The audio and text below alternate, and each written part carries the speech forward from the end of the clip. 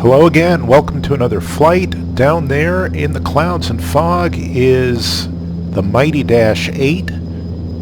It's done up in American Airlines colors, and I'm going to tell you why in a moment. We are holding right now above, well, down there that looks like the Garden State Parkway. We are over Colts Neck, New Jersey, and the reason why we're holding over Colts Neck, New Jersey, and the reason why we're in American Eagle colors is because we are doing the fine and fantastic VOR DME approach to runway 13 left at Kennedy Airport, which is the famous, some say infamous, Parkway approach or Canarsie approach. And let me show you why it came to be and why we're in American Airlines colors. Let's just get inside real quick.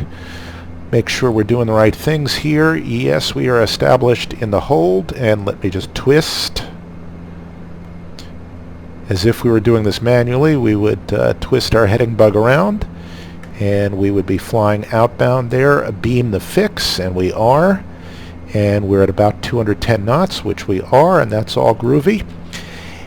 Anyway, while we're at it, let me show you why this approach, which has been called notorious, infamous, and all the rest, actually is the safe, sane, and sober alternative to what came before it. And I'll show you why it came about, how it came about, and what makes it better and safer than the previous approach they used. So here is the problem that it solved.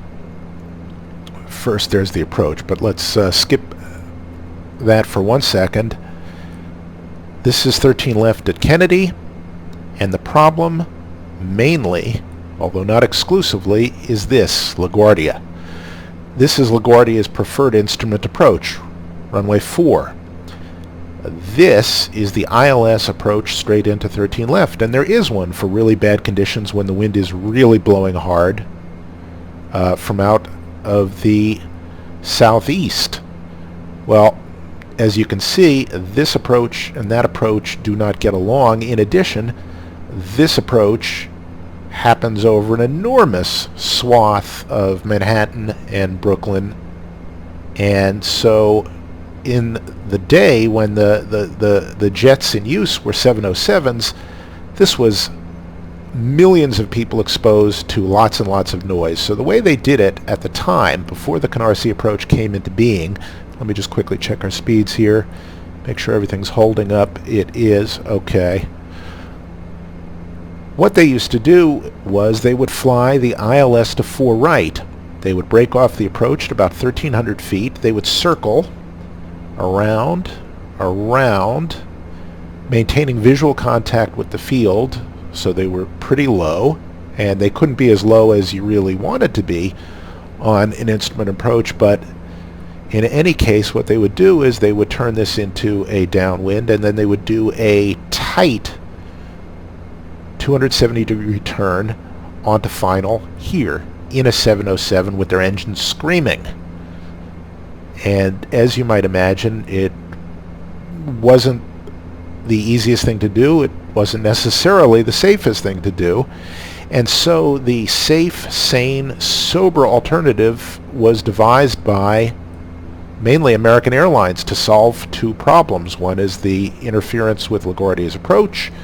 The other is the really tight circling approach problem. And additionally, of course, since you're mainly out over the Belt Parkway right here and mostly skirting Jamaica Bay, there's less noise hitting populated areas. So what American Airlines chief pilot came up with was, and they were the ones who largely proved this out, was, okay, fly VOR to Canarsie, make a little turn, string up some lights here and here and here, and have a landmark here, Aqueduct, and a missed approach point right about here, which is a fix called the mile. And you could go as low as 800-900 feet here. I think when it started out it was 1,300 feet, and they brought that down over time, and now it's 800 feet. And then you can make a little bit less than a 90-degree turn in a fair amount of distance, just the same as if you're turning to final in an ordinary traffic pattern, and you could do that relatively comfortably, even though for pilots who've never flown this before, especially since you've often got wind that blows off this way and you've got variable wind that comes off of the hangars that happen to be right here, and you're pretty close to the ground, and you've got, you know, a racetrack here, smokestacks here, blinking lights here, and a hotel here with lights on top. It is certainly novel, but it is by no means death-defying. So here's what we're going to do. We are going to fly to assault, descending to 3,000. We're going to hit assault, which is right about here. Actually, it's out a little bit in the water. This is Coney Island here. No, this is Breezy Point right here. That's Coney Island over here. And what we're going to do is fly to Canarsie. We're going to continue our descent after Canarsie, and we're going to go down to 900 to 800 feet there. We are going to look for our lights. We don't have to see the runway, but we do have to see the lights or the parkway. And then we're going to flatten out our approach, and we're going to continue to follow the lights until we see the racetrack. In real life, there's another set of lights to 13 right, and Pan Am really like that because Pan Am's terminal's right here and American's terminal's right here. So naturally, American, and these days American and JetBlue, prefer 13 left, and Delta, which flies into the old, what used to be the Pan Am terminal or that area, likes to ask for 13 right. It rarely gets it because most of the time when Kennedy is landing in this direction, it is landing on 13 left and launching on 13 right for a whole bunch of reasons, including that this runway is longer. But at any rate, we are going to go for the standard 13 left. There are no lights for 13 right on our scenery, which is a shame because it would be fun to do it because it's a little bit tighter turn. Anyway, so here's what we are going to do. We're going to get this all configured because I'm going to let the autopilot establish us and to start descending us, but then I'm going to hand fly it, and because I'm going to hand fly it, I won't be able to fly the plane and twiddle the knobs at the same time. So what we will do is we will set Canarsie's constraint, which is 1500 right here. We are going to, in our FMS, exit this hold momentarily, and we will go directly to here, and then we will also very quickly set up a VNAV approach profile. What I'm going to do here is I'm going to set our decision height, which is 800.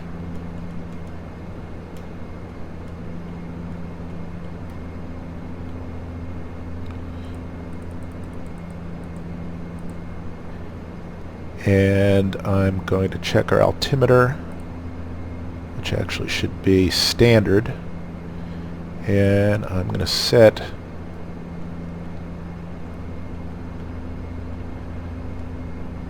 our V ref thusly. Our V climb can stay where it is. I'm going to turn on our pumps. Going to check that our bleeds are on min. I'm going to make sure our seatbelt signs are on. Everything else is as it should be, and it is. And what I'm going to do, since I believe I've got our weather set up so that our minimums are actually impossible, I'm going to cut the tape right here, and I'm going to reset our weather so that we at least stand a fighting chance of being able to see the lights when we should, because otherwise we're basically just going to do an illegal approach, and there'd be no point in that because you wouldn't want to try that at home. So I'll see you in a bit. And we are back, holding at Colt's Neck, about to commence with the famous, the historic Parkway VORDME approach to runway 13 left at JFK. There's our top of descent. We're slowing to 190. We're enunciating VNAV descent. We will dial that up so that it says we are in the correct mode. We've got Canarsie constraint because it will hit automatically. It'll hit our 3,000 foot assault constraint. I pretty much know that, and because at some point I'm going to be doing some hand flying, let's get ourselves fully ready to go. So we are less than 50% power. We're already at props 850, so we will request a reduced noise landing. Move our condition levers all the way forward. See that our bleeds are showing white, which means they're already on min, and that means that we are going to be landing on props 850. What I'm not doing at this point, even though I'm below 200, is I am not putting in my first notch of flaps because we're a ways away. Actually, that's Sandy Hook right there. And to put in flaps right now would basically be to fight them the entire way down. Would be to throw out a lot of drag and then to add a lot of power. And even though we're over ocean right here, all we're doing is wearing the engines and burning fuel, and so that's discouraged. And once we get around Canarsie, we also don't want to be dragging the thing in if we possibly can, because then there's noise. So we'll do everything we can to be good citizens. Now let me just see what kind of descent speed it is going to program us in. We have... Okay, so it's going to do 1,800 feet per minute, which means it is going to be a fairly steep descent, which means I'm going to roll off the power quite a lot so that we don't end up behind the airplane, because the distance that we've got to travel between here and assault is only about 6 miles, and we've got to come down 3,000 feet. So we're going to come down double speed. And you can see we're already above profile, so we will reduce the power to idle or thereabouts. We'll let the speed creep up. This is another reason not to throw in the flaps right now. All it'll do is slow down our approach.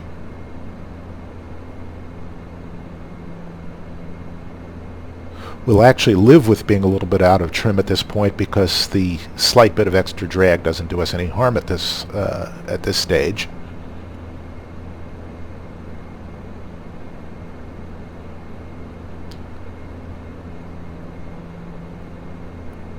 And you can see with our power at just about idle, we are still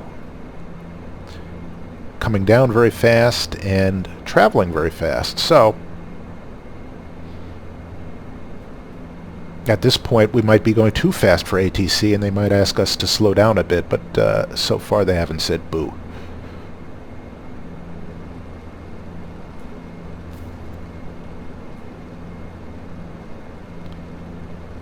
I'm going to put in our heading 043, and so essentially we're going to fly that course to Canarsie, or that course to Canarsie.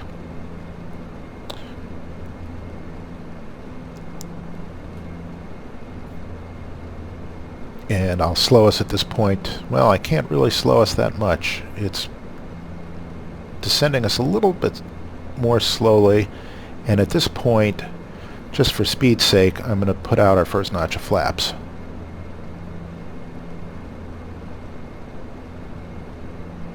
And I will also throw out the gears so I can put out our additional stage of flaps later.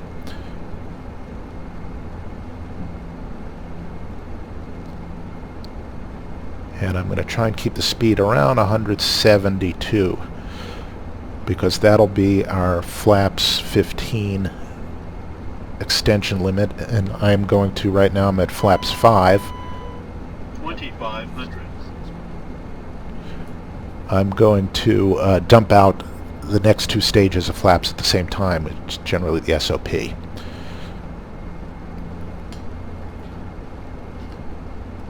And actually,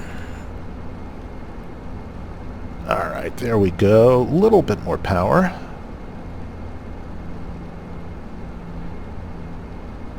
And we're 3 from Canarsie, and we need to be at 1500, so we're going to hit that.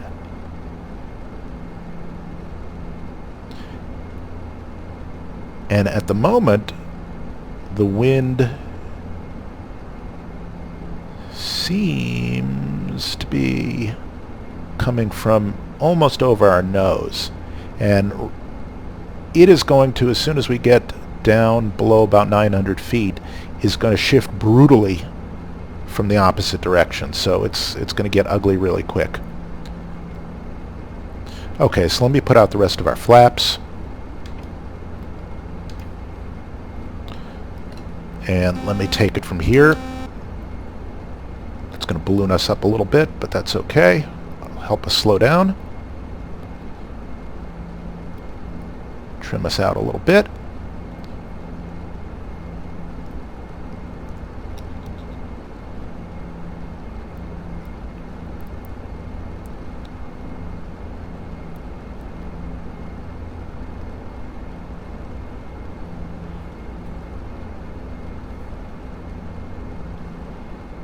Get us into a slow descent here.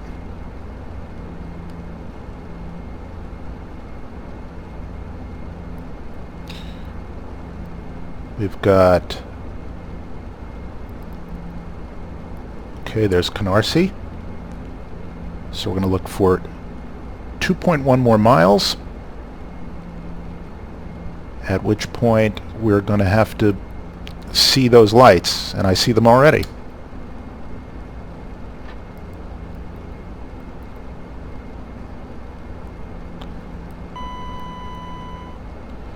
I'm going to shallow out our descent just a little bit.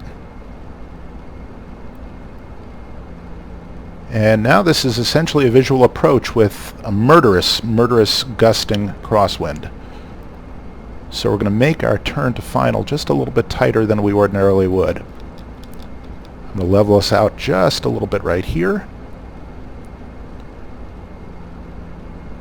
I should be at 900 feet. But if we're visual, we can be a little bit higher, 1000. because that would be a little bit more comfortable. And there's our second set of lights. There's the racetrack.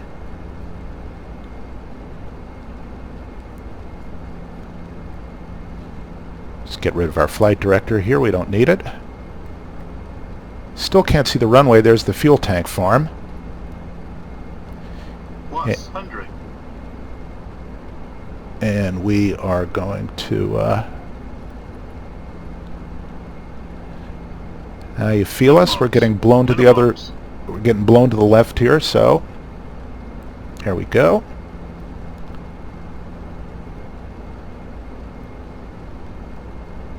And there are the approach lights. Still can't see the pappies.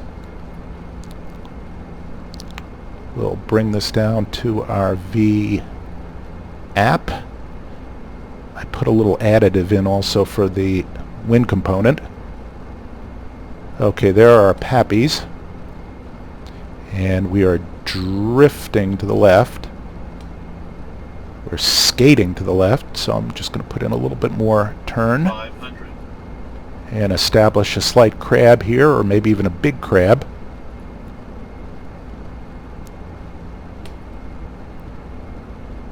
A monster crab. There we go. Okay, we're as stable as we're ever going to be.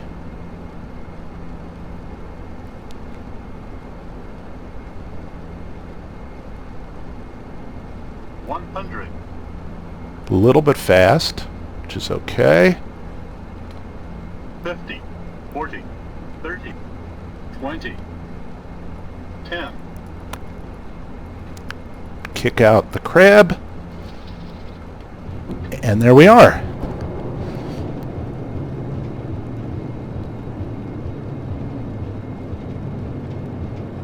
And we will try to vacate at Echo. And we will.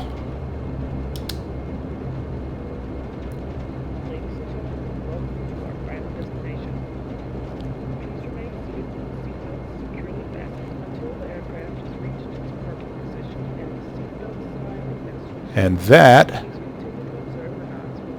was the Canarsie Parkway Historic Majestic VOR DME 13 left approach. Hope you enjoyed it. Hit like if you liked it. Hit thumbs down if you didn't. Subscribe if you want to see more. Let me know what you think. And see you next time.